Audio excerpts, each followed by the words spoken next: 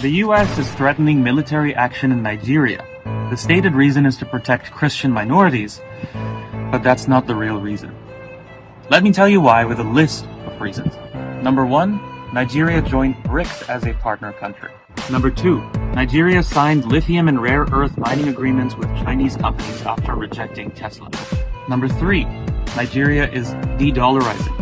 They signed a currency swap agreement with China and they're encouraging foreign airlines in Nigeria to use non-dollar currency.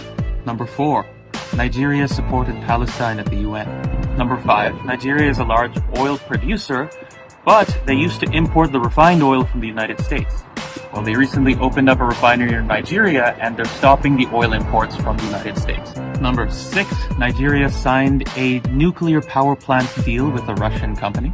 Number 7, the French have closed, well, they've been kicked out of most of their military bases in Africa over the last few years.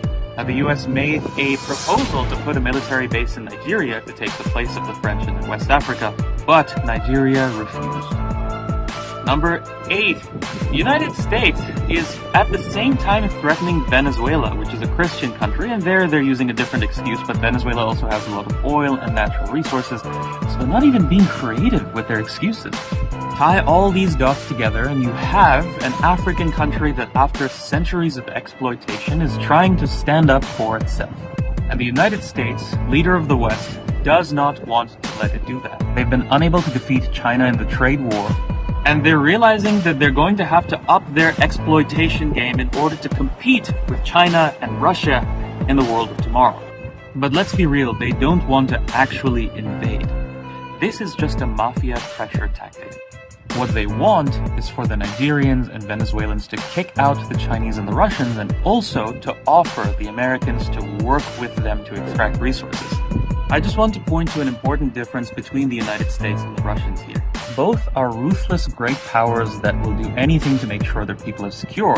Both are using the military to protect what they perceive as their sphere of influence so that they can extract resources and power from these regions. The difference is that the Russians have a higher power to deal with, that higher power being the US, NATO, that is funding Ukraine and making the Russians pay a heavy cost for their invasion of Ukraine. Rightly so, they are the aggressors. In the case of the United States, there isn't yet a higher or even an equal power to make them pay a high cost. And this is a problem. Let's see how things pan out with Venezuela and Nigeria. I see that the Russians and the Chinese are already active in figuring out how they can get weapons like air defense systems into both places. But hopefully everyone can figure this out without getting us into World War III. See you next time.